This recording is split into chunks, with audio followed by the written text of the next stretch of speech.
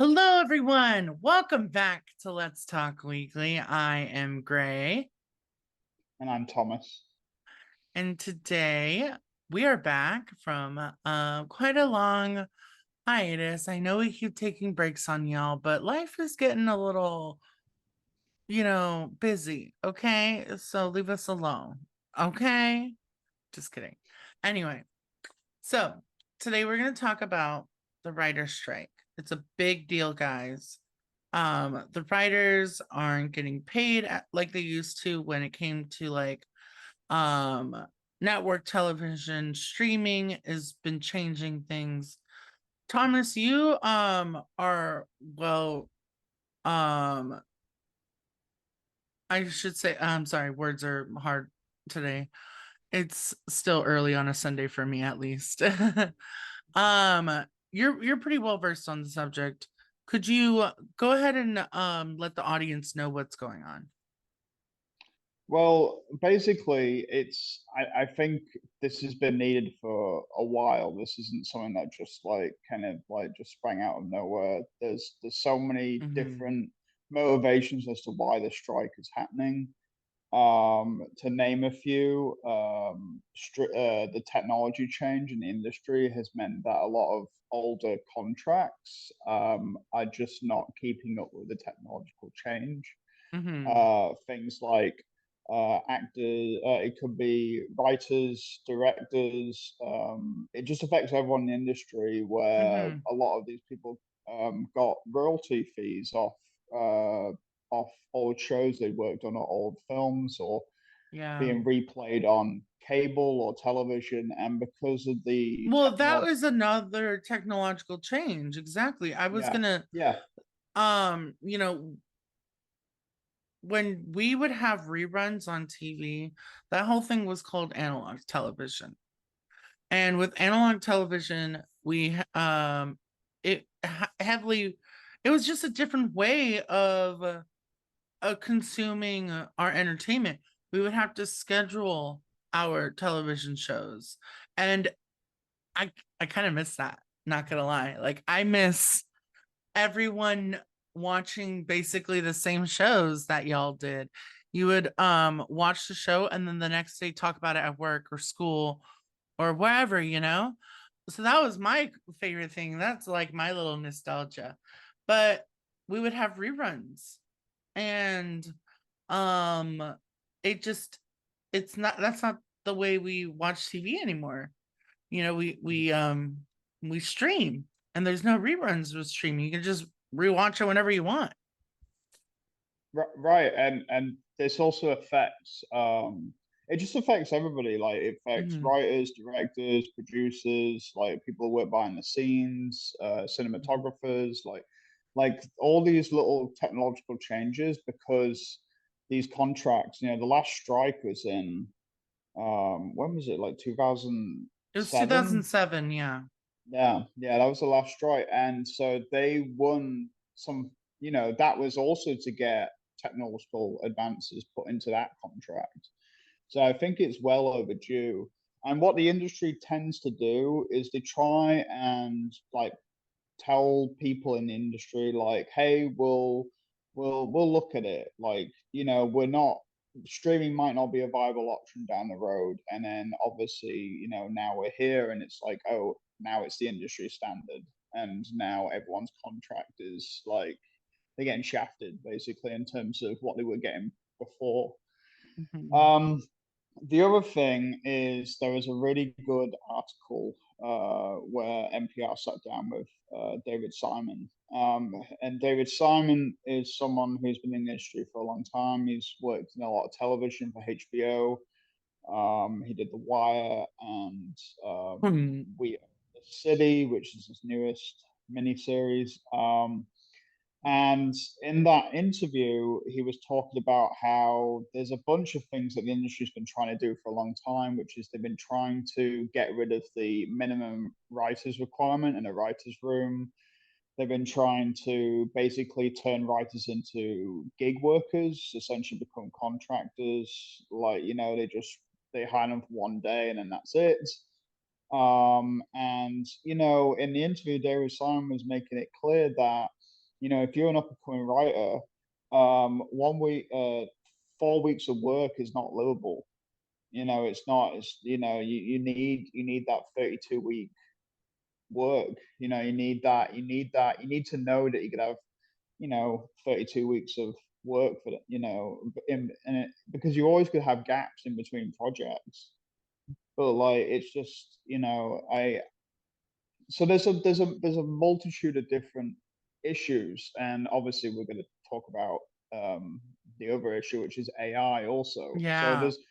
there's so many different things, and I think that's why you're seeing the strike wave that you're having right now in the industry, because it's seriously affecting creative jobs or the creative Hmm. industry.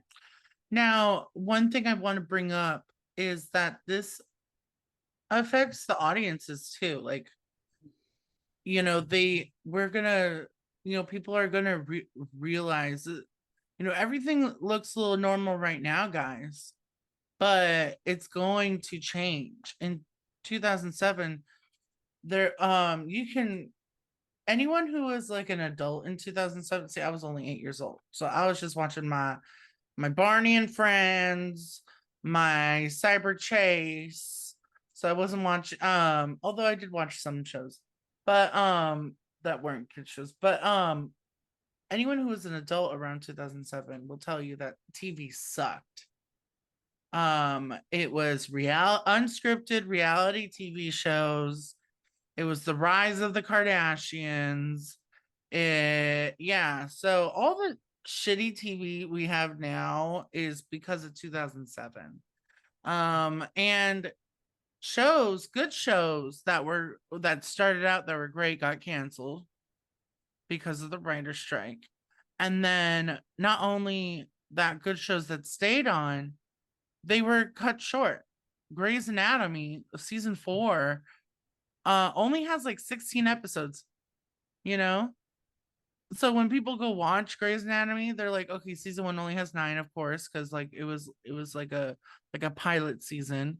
And then season 2 has like 27, season 3 has like 27, season 4 has 16. So like that right there is a consequence of the writer's strike. So yeah, when that's where you're gonna see the consequences of the situation, and people are gonna be like, well, what the fuck? And it's because y'all aren't paying your writers, and you need to do it, because then you get shitty TV. Well, they're trying, that they're trying to gigify the industry. Mm-hmm. And already, the fact that this industry has a union, for example, like the only reason the people who work in this industry have healthcare is through the union. Because again, they're not full time, what you would call, they work project to project. And Mm-hmm. I was saying about what they're trying to do is they're trying to rip up the industry where they can just get away with paying someone only for 4 weeks of work because See, that's you what they can't deem their value to be. you can't do that. And now, and if you're gonna be paying someone per project or something like that, you're gonna do it that way. How about, and the problem is the industry is too gigified either way. And I would also go as far as theater. What needs to happen is that a production company, let's say Paramount, for example, right, hires writers. They are your writer for every single project you do, and you can divide them in different kind of projects. We have your comedies, you have your dramas, you have your horror, you have your whatever, but they are your writer for the every single kind of project. That's what should happen. And then they become full-time staff. Then they're not hopping after gig after gig after gig after gig. It's insane. Same with your stage managers, same with your technicians, um same with your actors. um Put them on contract for every kind of project you have, so that way they don't have to hop. Yeah. It's one of the, it really shows how capitalism is embedded into this kind of specific industry. hmm Well, it's coming for the it's seriously any I would argue any creative job, particularly with the introduction of AI, is going to be under serious Mm-hmm. risk without Mm-hmm. without legislation curtailing Yeah. it. Well, let's go Um, ahead and get into that conversation about AI. So, without writers, uh, production companies are now turning to AI to write their TV show, and oh my God, that is insane. But Thomas, what is your thoughts on that? well, you've already seen it. Disney just brought out a show, Secret Invasion, a Marvel TV show, and the title sequence, the animation that they use is fully AI. All the images on screen are fully AI art. So they've already starting to implement some of these technological changes into the industry, and like It's it's lazy. I'm just it's lazy, and they're just finding ways to Mm-hmm. not have to pay certain people in the industry to make projects cheaper. And it's just like I said, it's going to get worse if there isn't Mm-hmm. isn't if there isn't some form of legislation to curtail this, to really sort of go, this technology is going to really harm a lot of people in the creative industry. Um, Yeah. and like America is renowned, or supposed to be renowned, for being very strict on copyright law. And I think AI, really, really, really, Hmm. it's that's the way AI works. It takes art that already exists, and it just, you put it into the system, and you can But create that's the anything thing you with out of copyright law, though. That's the thing it. with copyright law. I think you only really need to change like three things for something to be your own. Yeah, yeah, And that's the yeah, problem with the law. But yeah. like, and you say that, someone put, I saw this on TikTok. It was this person who had an AI listen to every single Adele song and then wrote an Adele song with Adele's voice. And it was this, it literally sounded like a real Adele song. Like, if someone were to say, "Oh my God, Adele dropped a new single, and here it is," I would have totally fell for it. It sounded just like her, and it was a hmm bop, and I low key downloaded it. Um, but like, then that means I can just do that and then hmm get credit. Or what if hmm cover artists like low key, and it was also in my range? I was like, I was thinking, like, what if I had someone transcribe the instrumental and I just like put it on YouTube and like hmm did a cover of that? Is that like hmm what what's the monetization of that?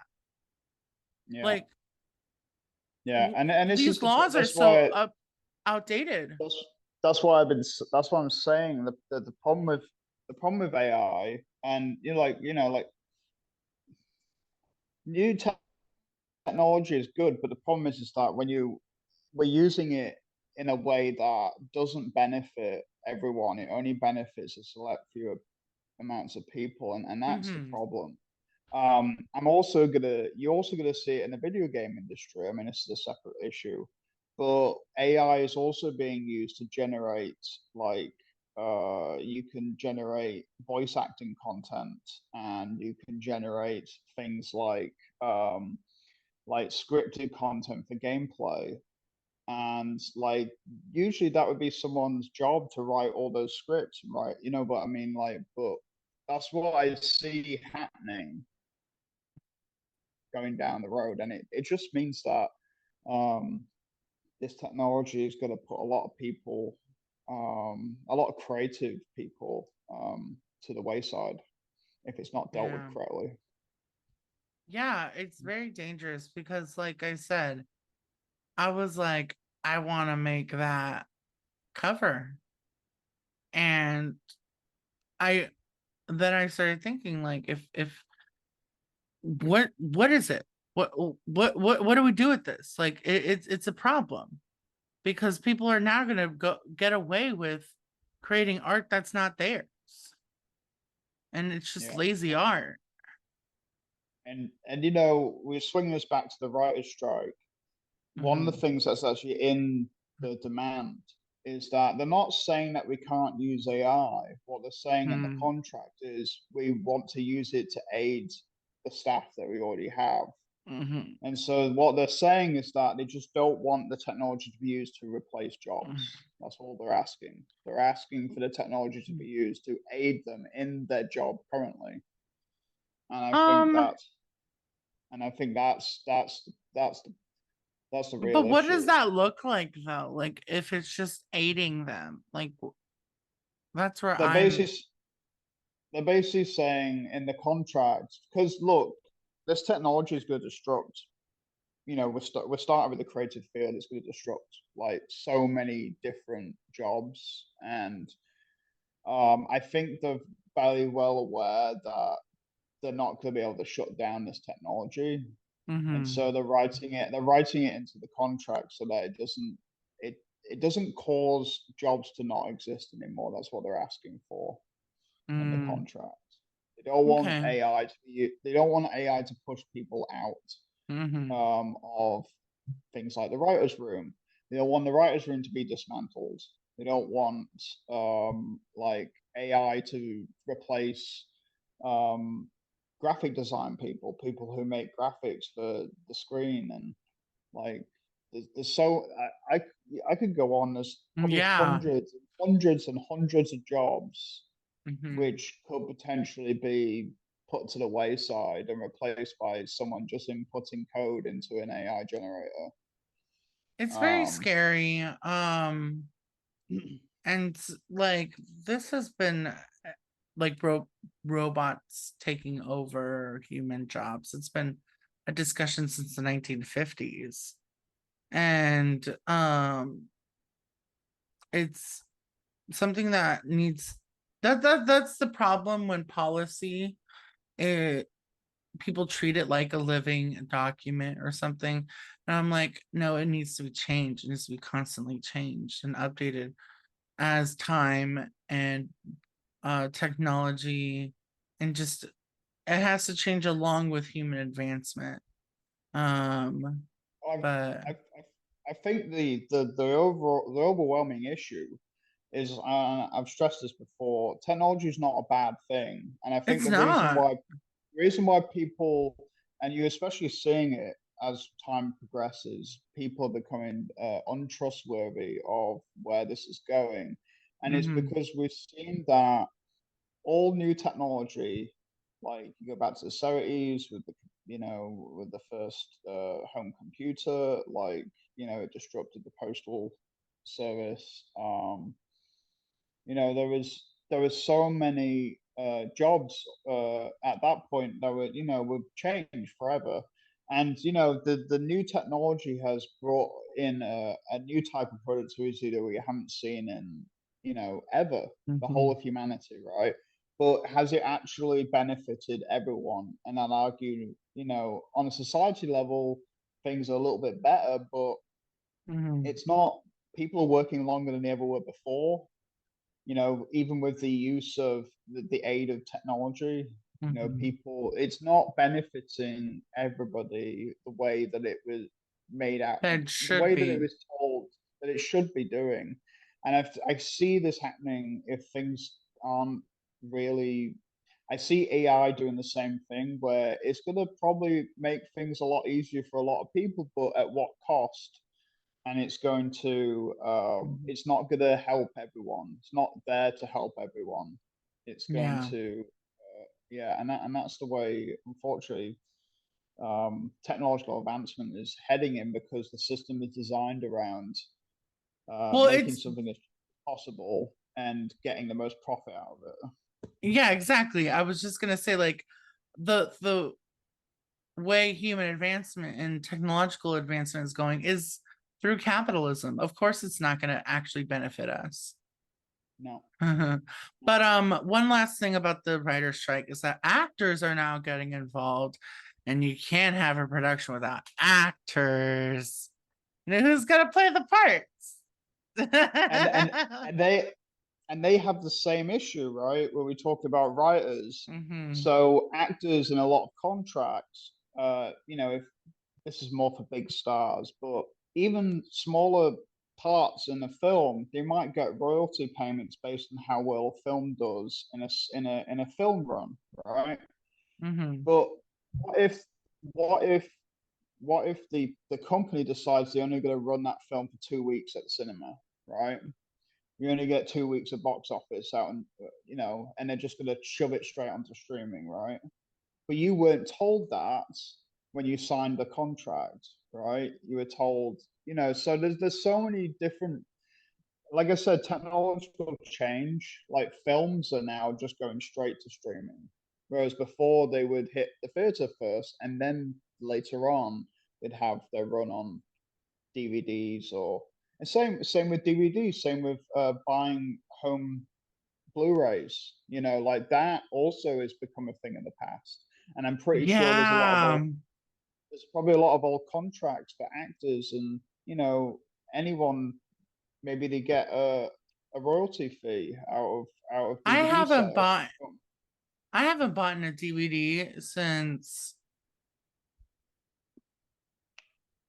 2018.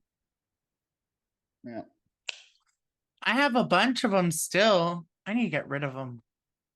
but Yeah. I think what it fundamentally comes down to is that the contract is out of date. Like the one Mm-hmm. back in 2007 is out of date.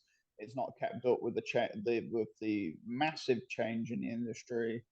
It's not. The industry is also attacking the people who are working in the industry. They're making it more difficult. They're seeing how successful the food industry was with gig work, and they're just trying to copy that. They're trying to Mm-hmm. copy that industry, and yeah. So yeah, a strike is definitely needed.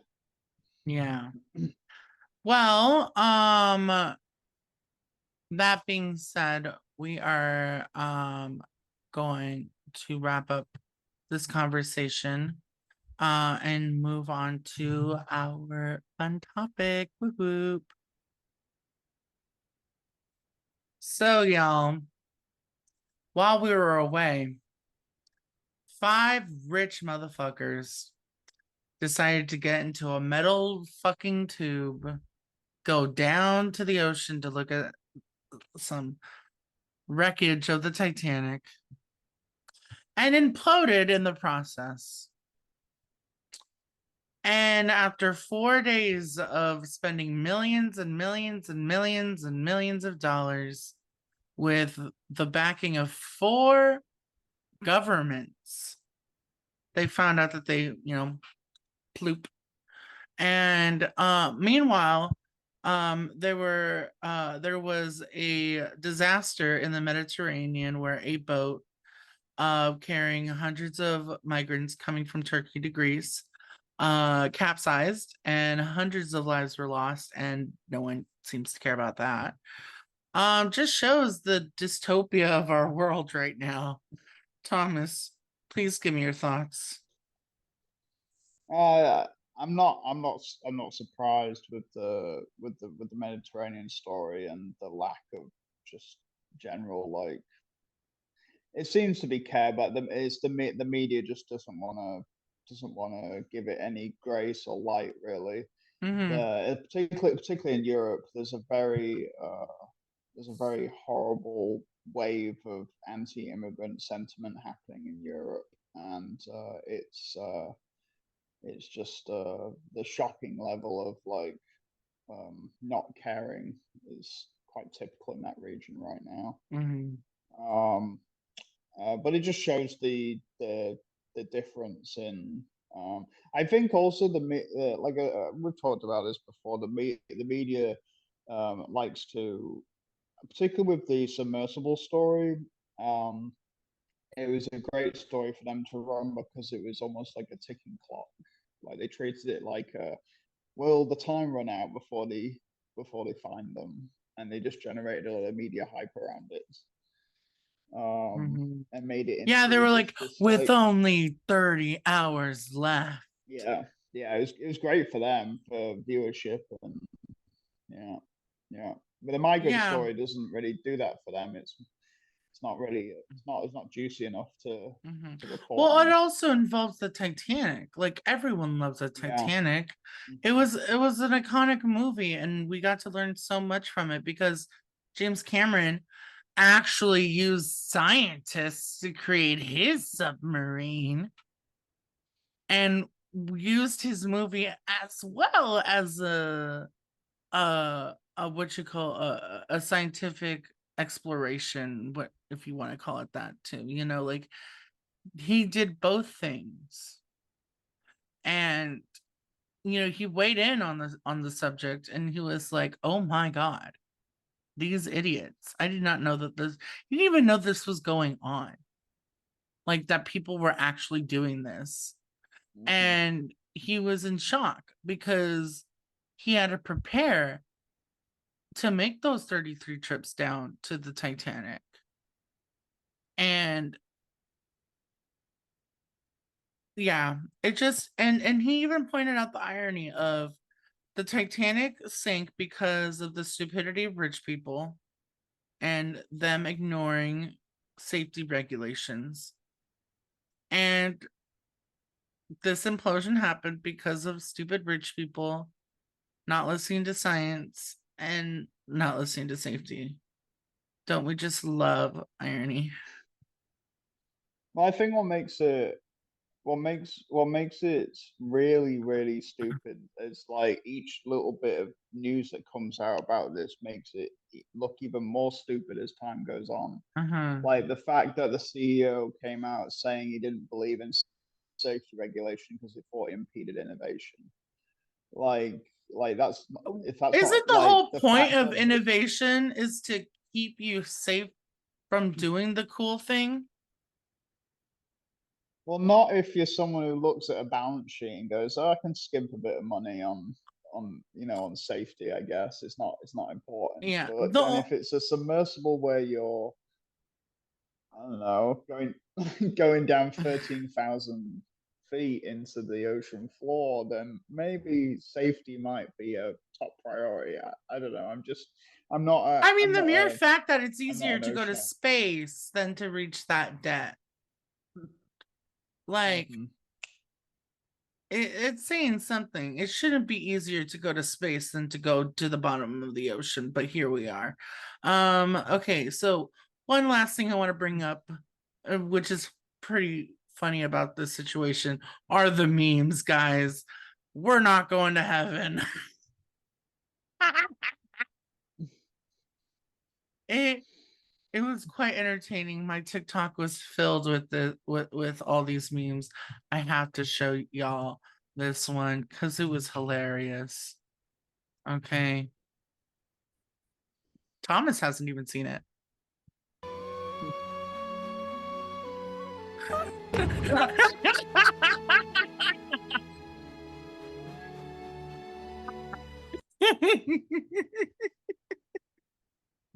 My God.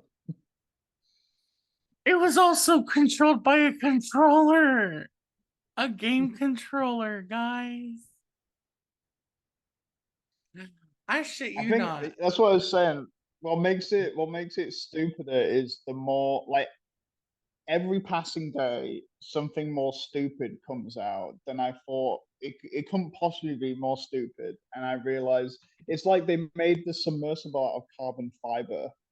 You know what I mean? Like Mm-hmm. they made like the fact that they directly drilled the monitor into the side of the submersible knowing Mm-hmm. that they were going down. Like it's just look, there's so many Oh, they were things. also I bolted was in. So, like, let's say they didn't implode, right? And like the system that would bring them to like the surface, um, they would have ran out of air anyway, and they would have died. Guys, what's going on here? What when you get rich, do you also lose not just your immunity, but your common sense? No, like someone answer that for me. Well, anyway, guys, thank you so much for watching another episode of Let's Talk Weekly. I'm Gray, Thomas. and we will see you then. Take care.